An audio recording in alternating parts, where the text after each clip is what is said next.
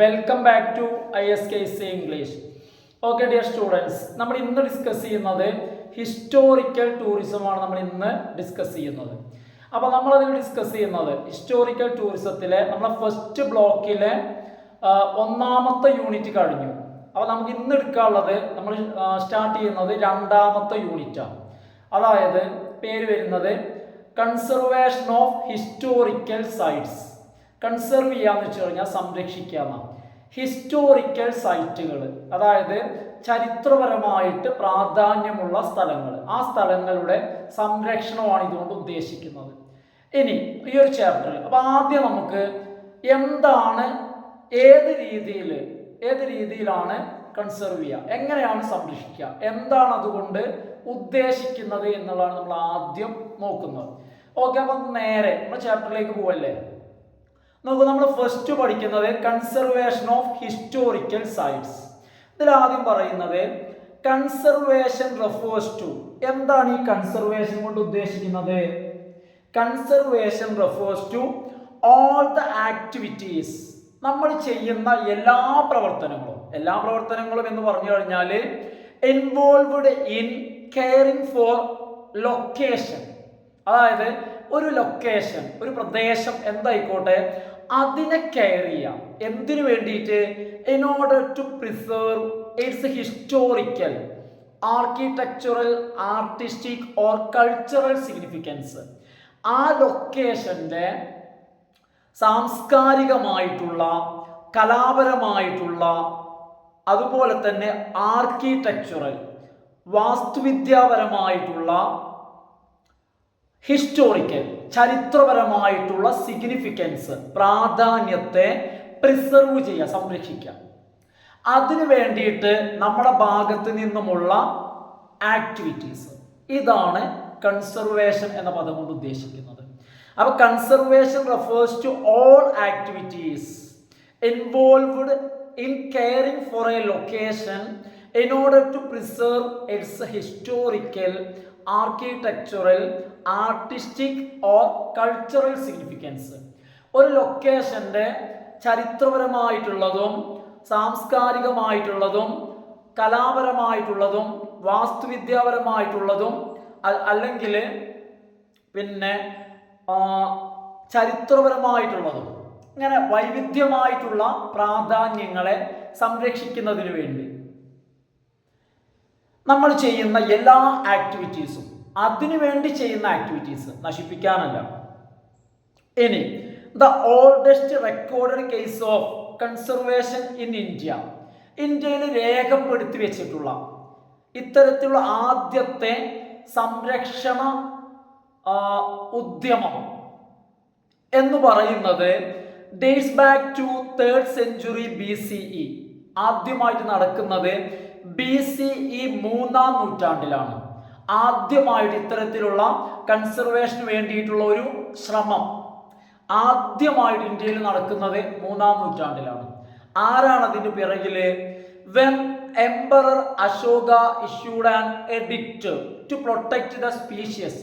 ജന്തുജാലങ്ങളെ സംരക്ഷിക്കുന്നതിന് വേണ്ടി എംപറർ അശോക ചക്രവർത്തിയാണ് BCE 3-ാം നൂറ്റാണ്ടിൽ ആദ്യമായിട്ട് ഒരു എഡിക്റ്റ്, ഒരു നിയമം, ഒരു ആക്ട് കൊണ്ടുവരുന്നത്.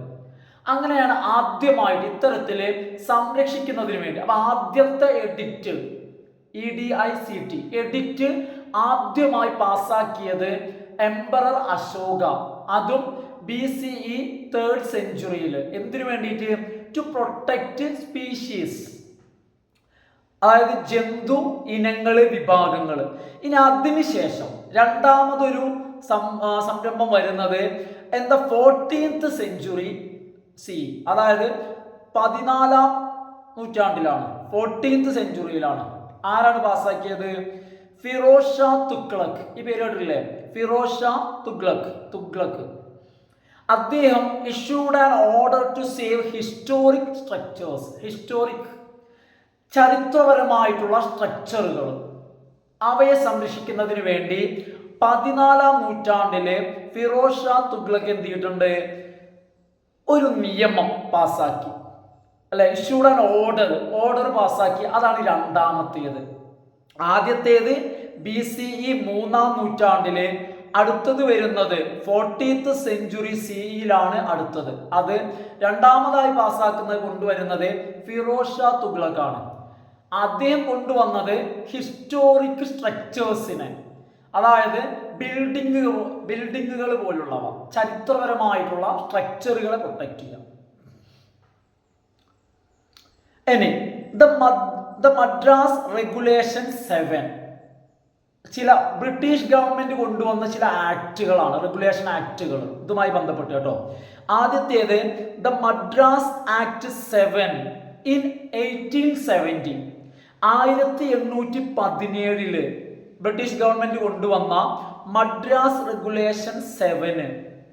അതുപോലെ തന്നെ and the Bengal regulation 19 later on, പിന്നീട് വന്ന ബംഗാൾ റെഗുലേഷൻ 19, അതിന്റെ വർഷം പറയുന്നില്ല, അതാണ് ലേറ്റർ ഓൺ, പിന്നീട് വന്ന ബംഗാൾ റെഗുലേഷൻ.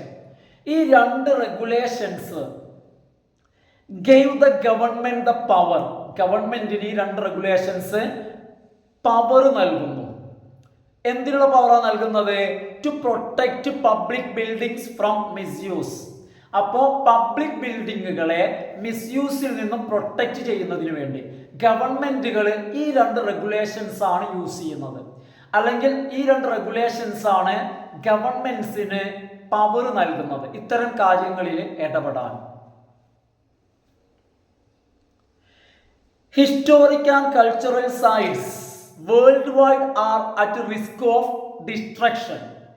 വേൾഡ് വൈഡ് ആയിട്ട്, ലോകവ്യാപകമായിട്ട് ചരിത്രപരമായതും സാംസ്കാരികവുമായിട്ടുള്ള സൈറ്റുകൾ, പ്രാധാന്യമുള്ള സ്ഥലങ്ങൾ നാശത്തിലാണ്, ഡിസ്ട്രക്ഷനിലാണ്. എന്താ അതിനുള്ള കാരണം? Due to various factors such as natural disasters. അതിന് പല കാരണങ്ങളുണ്ട്. ഏതുപോലെ?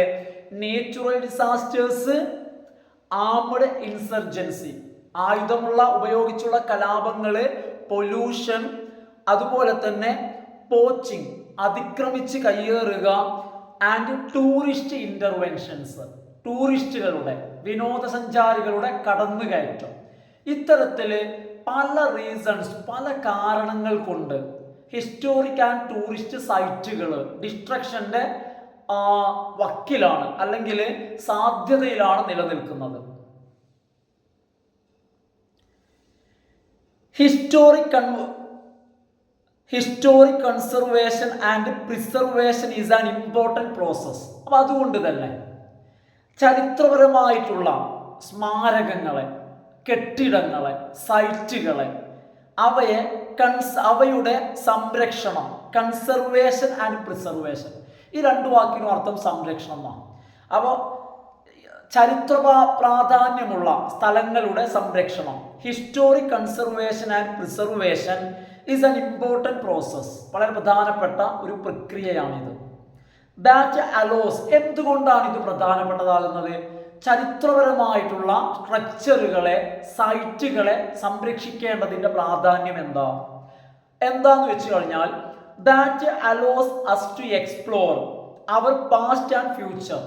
നമുക്ക് നമ്മളുടെ കഴിഞ്ഞ കാലത്തെക്കുറിച്ചും അതുപോലെ തന്നെ നമ്മളുടെ ഭാവി, വരാനിരിക്കുന്ന കാലത്തെക്കുറിച്ചും നമുക്ക് മനസ്സിലാക്കാൻ സഹായിക്കുന്നു. അണ്ടർസ്റ്റാൻഡ് ഇറ്റ്സ് സിഗ്നിഫിക്കൻസ്, അതുപോലെ തന്നെ അവയുടെ പ്രാധാന്യം മനസ്സിലാക്കുന്നതിനും. And determine which parts can be preserved for future generations, അതുപോലെ തന്നെ വരും തലമുറയ്ക്ക് വേണ്ടിയിട്ട് നമ്മൾ ഇവയുടെ ഏത് ഭാഗങ്ങളാണ് നമ്മൾ സംരക്ഷിക്കേണ്ടതെന്നും മനസ്സിലാക്കാൻ ഹിസ്റ്റോറിക്കൽ പ്രിസർവേഷൻ അല്ലെങ്കിൽ കോൺസർവേഷൻ നമ്മളെ സഹായിക്കുന്നു എന്നുള്ളതാണ്. നമുക്ക് നമ്മളുടെ കഴിഞ്ഞ കാലത്തെക്കുറിച്ചും ഇനി വരാനിരിക്കുന്ന കാലത്തെക്കുറിച്ചും, നമ്മളെ പാസ്റ്റിനെ കുറിച്ചും ഫ്യൂച്ചറിനെ കുറിച്ചും മനസ്സിലാക്കുന്നതിനൊക്കെ ഇത് സഹായകമാണ്. ഇനി ഇത്തരത്തിൽ പുരാതന ചരിത്രപരമായിട്ടുള്ള സാംസ്കാരികമായിട്ടുള്ള ഇത്തരം സൈറ്റുകൾ, ഇവയുടെ സംരക്ഷണത്തിന് വേണ്ടി നിലനിൽക്കുന്ന വളരെ പുരാതനമായിട്ടുള്ള ഒരു സ്ഥാപനം ഏതാണത്? The archaeological survey of India. The archaeological പുരാവസ്തു ഗവേഷണ കേന്ദ്രം, the archaeological survey of India. ഇത് established in 1861 by Alexander Cunningham. 1861 Alexander Cunningham സ്ഥാപിച്ച ആർക്കിയോളജിക്കൽ സർവേ ഓഫ് ഇന്ത്യ എന്ന് പറയുന്ന സ്ഥാപനം is primary body in India responsible for the conservation and maintenance of historical site. Historical സൈറ്റുകളുടെ സംരക്ഷണവും അവയുടെ മെയിൻ്റനൻസിൻ്റെയും പ്രധാന ഉത്തരവാദിത്വം വഹിക്കുന്ന ഇന്ത്യയിലെ സ്ഥാപനമാണ് ആർക്കിയോളജിക്കൽ സർവേ ഓഫ് ഇന്ത്യ. 1861 ഇംഗ്ലീഷുകാരനായിട്ടുള്ള അലക്സാണ്ടർ കണ്ണിംഗ്ഹാമാണ് ഇത് സ്ഥാപിച്ചത്. ഇനി അടുത്തതായി നമ്മൾ പറയുന്നത് factors responsible for deteriorating heritage sites. Heritage സൈറ്റുകൾ നമ്മളുടെ പാരമ്പര്യം വിളിച്ചറിയിക്കുന്ന സ്ഥലങ്ങൾ, അവയുടെ നാശത്തിന് കാരണമാകുന്ന ഘടകങ്ങൾ, ഫാക്ടേഴ്സ്, അത് ഏതൊക്കെയാണെന്നുള്ളതാണ്. Many historic structures were built. നമ്മുടെ രാജ്യത്തെ പല ചരിത്രപരമായിട്ടുള്ള സ്ഥലങ്ങളും നിർമ്മിതികൾ, സ്ട്രക്ചേഴ്സ് ഒക്കെ നിർമ്മിച്ചിരിക്കുന്നത് with great attention to social, political, spiritual, architectural, historic and economic values. അപ്പോൾ നമ്മുടെ നാട്ടിലെ many historical structures were built. പല ഹിസ്റ്റോറിക്കൽ സ്ട്രക്ചേഴ്സും നിർമ്മിച്ചിരിക്കുന്നത് സാമ്പത്തികവും ചരിത്രപരവും അതുപോലെ തന്നെ ആർക്കിടെക്ചറൽ. ആർക്കിടെക്ചറൽ എന്ന് പറഞ്ഞു കഴിഞ്ഞാൽ എന്താ? വാസ്തുവിദ്യ വിളിച്ചോതുന്ന, സ്പിരിച്വൽ ആത്മീയമായിട്ടുള്ള, പൊളിറ്റിക്കൽ ആയിട്ടുള്ള, സാമൂഹികമായിട്ടുള്ള വാല്യൂസ്, അതായത് മൂല്യങ്ങളെ ശ്രദ്ധിച്ചുകൊണ്ടാണ്. കണ്ടോ, many historic structures were built with great attention. എന്തിന് പ്രാധാന്യം നൽകിക്കൊണ്ടാണ്? Social, political, spiritual, architectural, historic and economic വാല്യൂസിന് നല്ല അറ്റൻഷൻ, ഗ്രേറ്റ് അറ്റൻഷൻ, നല്ല പ്രാധാന്യം നൽകിക്കൊണ്ട്, നല്ല ശ്രദ്ധ കൊടുത്തുകൊണ്ടാണ് നിർമ്മിച്ചിട്ടുള്ളത്. അപ്പൊ അതുകൊണ്ടാണ് എന്ത് മേക്കിംഗ് ദം ഇമ്പോർട്ടൻറ്റ്. അതുകൊണ്ടാണ് ഇതൊരു പ്രധാനപ്പെട്ട വിഷയമാകുന്നത്. ഏത്? To preserve for future generation. ഇനി വരാനിരിക്കുന്ന തലമുറയ്ക്ക് വേണ്ടി നമ്മളത് സംരക്ഷിക്കേണ്ടതിൻ്റെ ആവശ്യകത. എന്നാൽ മാത്രമേ നമ്മളുടെ സാമൂഹികവും സാമ്പത്തികവും ചരിത്രപരവും ധാർമ്മികവും ആത്മീയവുമായിട്ടുള്ള മൂല്യങ്ങൾ ഇനി വരും തലമുറയ്ക്ക് കൂടി മനസ്സിലാക്കാൻ സാധിക്കും. പക്ഷെ പറഞ്ഞിട്ട് കാര്യമല്ല. ബട്ട് ദേ ആർ, പക്ഷേ ഈ പല സ്മാരകങ്ങളും ഓൺ ദ വേർജ് ഓഫ് ഡിറ്റോറിയറേഷൻ, എന്താണ്? അധപ്പതനത്തിൻ്റെ, നാശത്തിൻ്റെ വക്കിലാണ്. ഡ്യൂ ടു സം ഫാക്ടേഴ്സ്, ചില ഘടകങ്ങൾ, ചില ഫാക്ടേഴ്സ് കാരണം. ദേ ആർ, ഏതൊക്കെയാണ് ഫാക്ടേഴ്സ്? അതിൽ ഏറ്റവും പ്രധാനപ്പെട്ടതാണ് ഏത്? എൻവയോൺമെന്റൽ ഫാക്ടേഴ്സ്. ഒന്നാമത്തേത് എൻവയോൺമെന്റൽ ഫാക്ടേഴ്സ്. എൻവയോൺമെന്റൽ factors that affect. ഈ എൻവയോൺമെന്റൽ ഫാക്ടേഴ്സ് ഇല്ലേ, ആ ഫാക്ടേഴ്സ് എന്ത് ചെയ്യുന്നു? Effect A buildings physical characteristics. ഒരു ബിൽഡിങ്ങിന്റെ ഫിസിക്കൽ ക്യാരക്ടറിസ്റ്റിക്സ്, അതിന്റെ നിർമ്മിതി, അതിന്റെ സ്ട്രക്ചർ, അതിന്റെ ബോഡിയാണ് എന്ത് ചെയ്യുന്നത്? എഫക്റ്റ് ചെയ്യുന്നത്. ഏതുപോലെ? അതായത് എൻവയോൺമെന്റൽ ഫാക്ടേഴ്സ് എന്ന് പറയുമ്പോൾ സച്ച് ആസ് വെറ്റ്നെസ്, നനവ് അല്ലെങ്കിൽ ശീതം, നനവ്, സോളാർ റേഡിയേഷൻ, സൂര്യപ്രകാശം, പ്രിവൈലിംഗ് വിൻഡ്സ്, അതുപോലെ തന്നെ കാറ്റ്. ഈ ഘടകങ്ങൾ, ഇത്തരത്തിലുള്ള എൻവയോൺമെന്റൽ factors pose a major threat to heritage structures. Heritage സ്ട്രക്ചേഴ്സിന്, നമ്മളുടെ പാരമ്പര്യത്തെ കാണിക്കുന്ന സ്ട്രക്ചേഴ്സിന്, നിർമ്മിതികൾക്ക് ശക്തമായ വെല്ലുവിളികളാണ് ഇത്തരത്തിലുള്ള എൻവയോൺമെന്റൽ ഫാക്ടേഴ്സ്. ദീസ് എൻവയോൺമെന്റൽ ഏജൻസീസ് മെയിൻ കോൺസിക്വൻസസ്. ഇത്തരത്തിലുള്ള എൻവയോൺമെന്റൽ ഏജൻസീസ്, അത് കാറ്റാണെങ്കിലും അതുപോലെ തന്നെ വെറ്റ്നസ് ആണെങ്കിലും സോളാർ റേഡിയേഷൻ ആണെങ്കിലും അവയുടെ കോൺസിക്വൻസസ്, അതിൻ്റെ പ്രത്യാഘാതങ്ങൾ എന്ന് പറയുമ്പോൾ അതിൽ പ്രധാനമായും ഏത് രീതിയിലാണ് അവ ഇത്തരത്തിലുള്ള ഹെറിറ്റേജ് സൈറ്റുകളെ, സ്ട്രക്ചേഴ്സിനെ എഫക്റ്റ് ചെയ്യുന്നത് ചോദിച്ചു കഴിഞ്ഞാൽ ഇൻക്ലൂഡ് സ്റ്റെയിൻസ്, അതായത് നിറം മങ്ങ അല്ലെങ്കിൽ ഇവയുടെ ഭംഗിയിൽ കറ പിടിക്കുന്നു, സ്റ്റെയിൻ ചെയ്യുന്നു. അതുപോലെ തന്നെ അബ്രാഷൻസ്, ഇവയ്ക്ക് ഡാമേജ് സംഭവിക്കുന്നു. ഇപ്പൊ കാറ്റാണെങ്കിലും തിരമാലയാണെങ്കിലും ഇവയുടെ നിരന്തരമായിട്ടുള്ള ഇടപെടൽ, സൂര്യപ്രകാശമാണെങ്കിലും അബ്രാഷൻസ് ഉണ്ടാവുന്നു, ഡാമേജ്. അതുപോലെ തന്നെ ഡിസ്കളറേഷൻസ്, നിറത്തിന് അല്ലേ, ഇപ്പൊ താജ്മഹലിന്റെ ഒക്കെ വിഷയം പറഞ്ഞിട്ടില്ലേ, ഇതുപോലെ ഡിസ്കളറേഷൻസ് സംഭവിക്കുന്നു, ക്രാക്കുകൾ വരുന്നു, വിള്ളലുകൾ വരുന്നു, ഫംഗൽ ഡെവലപ്മെന്റ്, അതായത് ഈ നനവും മറ്റൊക്കെ ഉണ്ടാകുമ്പോൾ നമ്മൾ ഈ പൂപ്പൽ വരിക എന്ന് പറയില്ലേ, അങ്ങനെ ഫംഗൽ ഡെവലപ്മെന്റ്. ഇത്തരത്തില് എൻവയോൺമെന്റൽ ഫാക്ടേഴ്സ് വളരെ ശക്തമായിട്ട് എന്ത് ചെയ്യുന്നുണ്ട്, നമ്മളുടെ ഹെറിറ്റേജ് സൈറ്റുകളുടെ നാശത്തിന് കാരണമാകുന്നു. നാച്ചുറൽ ഫാക്ടേഴ്സ് ലൈക്ക് ഫ്ലഡ്സ്, ഇനി പ്രകൃതി, ഇത്തരത്തിലുള്ള നേച്ചുറൽ ഫാക്ടേഴ്സ് ഉണ്ടോ. അടുത്തത് ഇപ്പൊ നമ്മൾ പറഞ്ഞത് എൻവയോൺമെന്റൽ ഫാക്ടേഴ്സ്, അടുത്തത് നേച്ചുറൽ ഫാക്ടേഴ്സ്, പ്രകൃതി ദുരന്തങ്ങളായിട്ടുള്ള, പ്രകൃതിയിൽ നിന്നുമുള്ള ഫാക്ടേഴ്സ് ആയ ഫ്ലഡ്സ്, വെള്ളപ്പൊക്കം, air pollution, changes in temperature, കാലാവസ്ഥയിൽ വരുന്ന ടെമ്പറേച്ചർ, ഊഷ്മാവിൽ വരുന്ന മാറ്റം, റെയിൻ സ്റ്റോംസ് അല്ലെ, മഴയും കൊടുങ്കാറ്റുകളും, വിൻഡ് സ്റ്റോംസ്, ചുഴലിക്കാറ്റുകൾ, earthquakes are also responsible for, ഇതൊക്കെ എന്തിന് കാരണമാണ്, ഡിറ്ററിയറേഷൻ ഓഫ് ദീസ് സൈറ്റ്, ഈ സൈറ്റുകളുടെ നാശത്തിന് കാരണമാവുകയാണ്.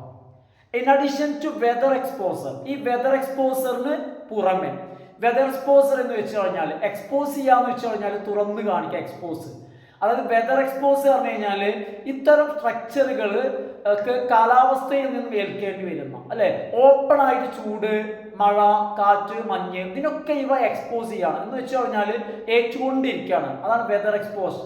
അപ്പൊ വെതർ എക്സ്പോസർ എന്ന് വെച്ച് കഴിഞ്ഞാൽ കാറ്റ്, മഴ, അതുപോലെയൊക്കെയുള്ള മഞ്ഞ്, ഇതുപോലെയൊക്കെയുള്ളവയ്ക്ക് പുറമേ biochemical agents greatly accelerate the degeneration of historical structures.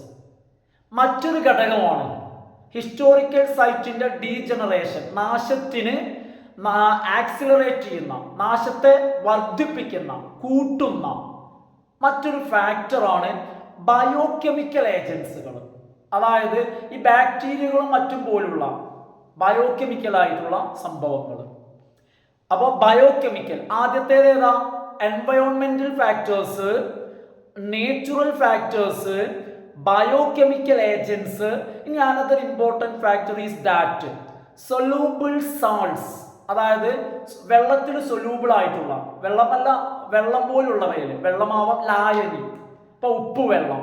അപ്പൊ ഇതുപോലെ ഇത്തരത്തിലുള്ള ലായനികൾ ആർ മേജർ കോസ് ഓഫ് ഡിറ്റോറിയറേഷൻ, നാശത്തിനുള്ള. അപ്പൊ മേജർ soluble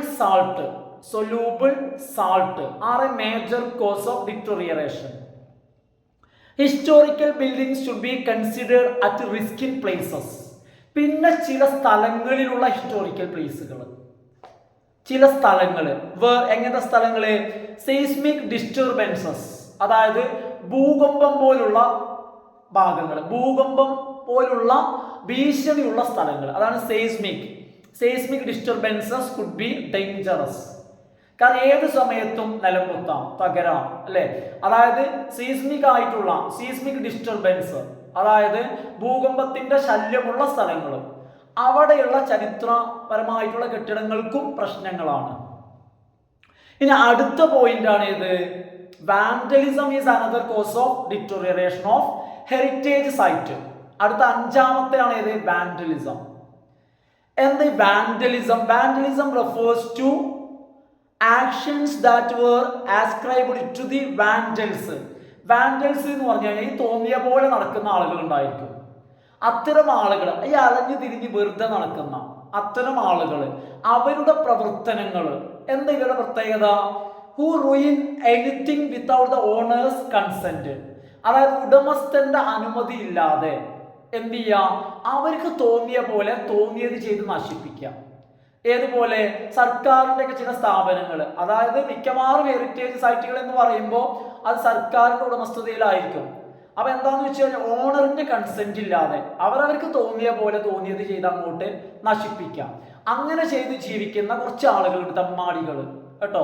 അപ്പൊ അവരുടെ പ്രവർത്തനങ്ങൾ ഇതെല്ലാം ഹിസ്റ്റോറിക്കൽ സൈറ്റ്സ് അല്ലെങ്കിൽ ഹെറിറ്റേജ് സൈറ്റ്സ്, നമ്മളുടെ പാരമ്പര്യം വിളിച്ചോതുന്ന സ്ഥലങ്ങൾ, നമ്മളുടെ ടൂറിസ്റ്റ് കേന്ദ്രങ്ങൾ, ടൂറിസ്റ്റ് കേന്ദ്രങ്ങളായി മാറ്റിയവ.